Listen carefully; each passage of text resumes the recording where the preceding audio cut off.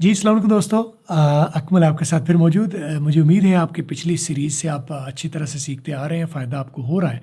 और बाकी पिछली वीडियो कंटिन्यूस में आई विल एम ईटिंग या कुकिंग फूड पर बात रुकी थी।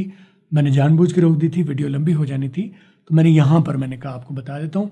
तो हमने एक तो याद रखी कि पीछे भी कहीं हमने किया है ऐसा, जैसे यानी कि आई बी ईटिंग फूड था तो मैंने आई एम ईटिंग फूड किया, वहाँ पर भी ये रूल अप्लाई किया, लेकिन यहाँ वाज़े तौर पर ये रूल लगेगा तो इसलिए मैंने ब्रेक डाउन कर दिया ताकि एक रूल भी अलग से समझ आ जाए और फ़िक्रा भी मुकम्मल हो जाए।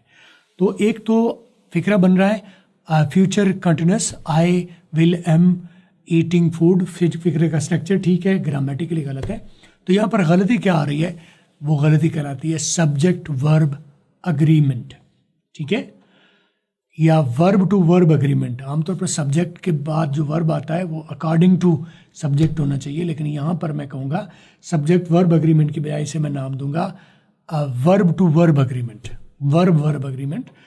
रूल ये है कि हर पिछला जो स्टैंडर्ड, मैं कहूँगा सेंटेंस अग्रीमेंट की बात मैं कर लेता हूँ कि सेंटेंस में जो भी वर्ड्स आ रहे हैं, हर पिछला वर्ड अगले वर्ड पर हुक्मरानी करता है। उसके कुछ कवानीन, कुछ रूल हैं, कुछ शर्तें हैं जो कि लाजमी है नेक्स्ट वर्ड को कि वो फॉलो करे।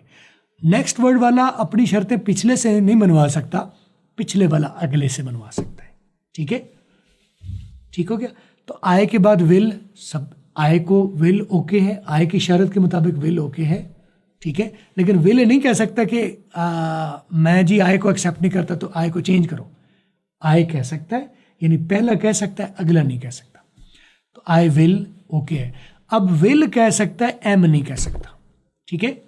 तो विल कहता है कि मेरे बाद जो भी वर्ब आएगा, ठीक है, पहली बात तो ये है कि उसकी तीन शर्तें हैं, तीन शर्तें। पहली कि पूरे पार्ट्स ऑफ स्पीच में से डायरेक्टली, इनडायरेक्टली तो आप लगा सकते हैं एक दो चीज़ें, जो डायरेक्ट ताल्लुक है, जो डायरेक्ट ताल्लुक है पूरे पार्ट्स ऑफ स्पीच में से वो वर्ब का है, ठीक है। इनडायरेक्टली आप कुछ और चीज़ें लगा सकेंगे, लेकिन डायरेक्टली की मैं बात करूं फिलहाल कि मेरे बाद, विल कह रहा है कि मेरे बाद डायरेक्टली अगर आप कोई पार्ट्स ऑफ स्पीच में से कोई चीज़ लगा सकते हैं तो वो वर्ब लगा सकते हैं। तो विल के बाद एम वर्ब है, ओके, ये तो शर्त पूरी होगी। दूसरी उसकी शर्त ये है कि जो वर्ब आप लगाएंगे उसकी फॉर्म पहली होनी चाहिए, ठीक है, फॉर्म पहली और प्योर फॉर्म होनी चाहिए, उसके साथ कोई इससे SEISEING नहीं लगना चाहिए, प्योर पहली फॉर्म होनी चाहिए। पहली शर्त कि वर्ब होना चाहिए, दूसरी शर्त कि वर्ब की पहली फॉर्म होनी चाहिए प्योर, SEIS कोई और उसमें शायद ऐड ऑन नहीं होना चाहिए। तीसरी शर्त उसकी है जो कि यहाँ पर रोला उसने डाला है, क्योंकि पहली दो शर्तें तो एम पूरी कर रहा है, वो वर्ब भी है और वर्ब की पहली फॉर्म भी है, लेकिन तीसरी शर्त जो है वो कॉम्प्लिकेटेड है। वो शर्त ये है अगर किसी फैमिली में से आ रहा है वर्ब, यानी मैंने आपको बताया कि बी एक फैमिली है, उसके मेंबर्स हैं इज, एम, आर, वाज, वर, बिन, एक फैमिली और भी फैमिलियां हैं, मैं अभी एक की बात करूं। तो विल ये कह रहा है कि अगर मेरे बाद जो वर्ब आ रहा है वो किसी फैमिली से बिलोंग करता है तो मेक श्योर करें कि फैमिली का रिप्रेजेंटेटिव या सरबराह लगे, मैं मेंबर को एक्सेप्ट नहीं करूंगा। यही रोला है कि विल ने एम को एक्सेप्ट नहीं किया, विल इज को भी एक्सेप्ट नहीं करेगा, विल आर को भी एक्सेप्ट नहीं करेगा, विल वाज को भी एक्सेप्ट नहीं करेगा, विल वर को भी एक्सेप्ट नहीं करेगा, विल बिन को भी एक्सेप्ट नहीं करेगा।